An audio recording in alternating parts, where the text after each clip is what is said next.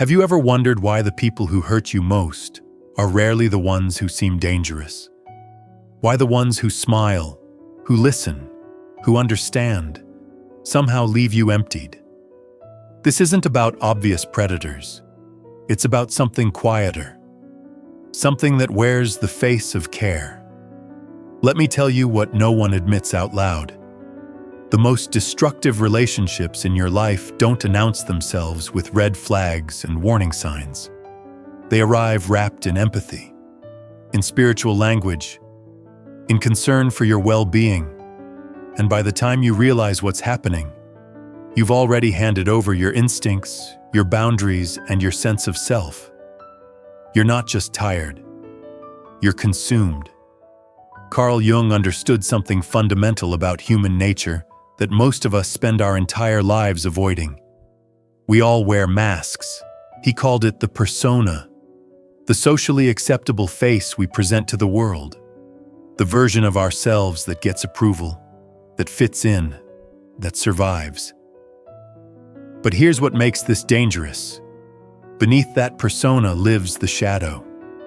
All the parts we've disowned, the anger we won't express, the selfishness we won't admit, the competition we won't acknowledge. And when those shadow parts remain unintegrated, when we refuse to look at what's really moving beneath the surface, they don't disappear. They leak out. As manipulation, as projection, as control disguised as love. The tragedy is that we've built entire cultures that reward appearance over truth. Spaces where kindness becomes social currency, where healing talk replaces accountability, where support means tolerating behavior that destroys you from the inside. These environments become breeding grounds for 6 specific archetypes, 6 psychological patterns that feel harmless at first, but quietly destabilize everything you are. Let me show you what I mean. Picture someone in your life who is never, ever at fault. Every story ends with them suffering. Every conflict positions them as the wounded party. They've mastered the art of converting pain into leverage. Their suffering becomes your obligation. You listen. You console. You carry their emotional weight because to do otherwise feels cruel. But here's what's really happening. They've fused their identity with their shadow. Their helplessness isn't a temporary state. It's a strategy, a way to control without appearing to control. Because if they're always the victim, you can never hold them accountable. You can never set a boundary without becoming the villain. And slowly, imperceptibly, you start to feel guilty for not being broken, for having joy, for moving forward. Your stability becomes a threat to their narrative, and so they pull you back again and again into their story of suffering. Then there's the one who reflects exactly what you want to see. In the beginning, they're perfect. They love what you love. They share your values. They see you in ways no one else does. This is the persona trap in its purest form. But look closer. What are they loyal to? Your approval. Not you. The moment admiration stops flowing their direction, something shifts. They become distant, resentful, or they vanish entirely. Because the relationship was never about connection. It was about the mirror they were holding up, and the validation they received for holding it. When you stop performing, when you become complex or challenging or simply real, the mirror cracks. And you're left wondering what you did wrong, when the truth is simpler. You were never seen at all. Now consider the friend who never quite believes in you. Not obviously. They won't say you can't do it. But they'll express concern. They'll point out risks. They'll remind you, gently, of past failures. They frame it as care, as looking out for you. But the pattern reveals something else. Every time you grow, they introduce doubt. Not loudly, just enough to make you second guess, to make you smaller, to ensure you never outgrow them. Because deep down, your expansion is their threat. If you succeed, what does that say about their stagnation? So they keep you bound, not with chains, but with concern. And over time, you internalize their limits as your own. You stop dreaming, you stop trying, and you call it realism. This next one is subtle. They perform friendship. They celebrate your wins when they're still ahead. But watch what happens when you start succeeding beyond them. The praise becomes thinner, the excitement forced. They change the subject quickly. Or worse, they feel relief when you stumble. Jung called this unconscious inferiority. The part of them that feels inadequate can't tolerate your success because it activates their shame. So they compete covertly. They undermine without appearing to undermine. They sabotage while smiling. And you feel it, this strange distance, this coldness, but you can't name it. Because they've never done anything obvious. They've just stopped being genuinely happy for you. And that absence eats at trust in ways no argument ever could. Then there's the one who's always calm, always centered, always speaking in the language of enlightenment and higher perspective.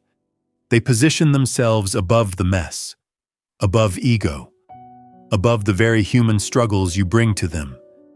And when you push back, when you challenge their framing or assert a boundary, they reframe it as your problem, your ego, your resistance, your inability to see what they see.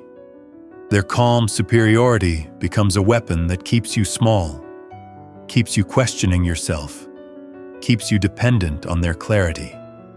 Because if they're enlightened and you're struggling, then obviously you need them. You stay trapped in the role of student, seeker, confused one, never realizing that true wisdom doesn't need to diminish others to prove itself. And finally, perhaps the most devastating, the deeply sensitive person who weaponizes their sensitivity into control. They feel everything, intensely.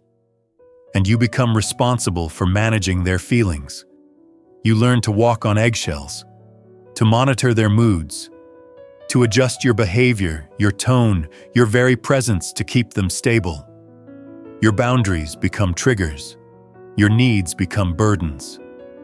And slowly, your entire identity wraps around their emotional storm. This is projection at its most dangerous. They assign their inner chaos to you, and you accept it as your role. You lose your voice, your desires, yourself, and you call it love. Here's what ties all of these patterns together. They're survival systems, not conscious malice, not deliberate evil, but unintegrated shadow, fear of inadequacy, and terror of losing attachment or status. These individuals haven't learned to face what lives inside them, so they externalize it. They control others in the name of love, support, or guidance because the alternative, sitting with their own pain, their own inadequacy, their own responsibility, is unbearable. And they thrive in environments we've built, spaces where appearances matter more than accountability, where calling someone out feels harsher than enduring their subtle destruction, where we've been taught that setting boundaries is unkind, that walking away is abandonment, that protecting yourself is selfish. We've made it easier to be consumed than to be free. So what happens if you don't recognize these patterns? You lose your instincts. You override the gut feeling that says something's wrong here because you can't articulate what it is. You ignore red flags because they seem small, petty, paranoid, and you become easy to consume. Your life starts orbiting other people's chaos while you tell yourself it's connection. You confuse enmeshment with intimacy, performance with authenticity, and exhaustion with devotion. But here's the truth that changes everything. You have a choice. You can keep performing niceness, Keep over-explaining your boundaries. Keep absorbing other people's projections and calling it empathy. Stay manipulable. Or you can integrate your own shadow and walk away. What does that look like? It means auditing your circle honestly. Who do you leave conversations with feeling smaller, foggy, drained? It means letting your shadow speak. Say no without justification. Get angry without apologizing. Set boundaries without cushioning them an apology. It means stopping the explanations. You don't owe anyone a dissertation on why you're protecting yourself. It means trusting your first read. That initial instinct you had about someone? It was probably right. And it means leaving early. Not waiting for proof. Not gathering evidence, just trusting that something feels wrong and acting on it. When you do this, when you integrate the parts of yourself that protect you, you become unreachable to manipulators. Not because you're cold, but because you're clear. You stop performing. You stop explaining. You stop making yourself smaller to keep others comfortable. And the people who were feeding off your accommodation simply can't access you anymore. So let me leave you with this. 3 questions. Answer them honestly. Who do you leave conversations with feeling smaller or foggier? Name them. Not in cruelty, but in clarity. Where are you over-explaining boundaries? Where are you writing paragraphs to justify your no? What did your gut say the first time? Think back to when you first met them, first felt that discomfort. What did you know then that you've been talking yourself out of? Act on that signal this week. 1 audit, 1 number, 1 clean exit. And then keep integrating the parts of you that protect you. The anger that says this isn't okay. The selfishness that prioritizes your peace. The discernment that walks away without needing permission. These aren't flaws.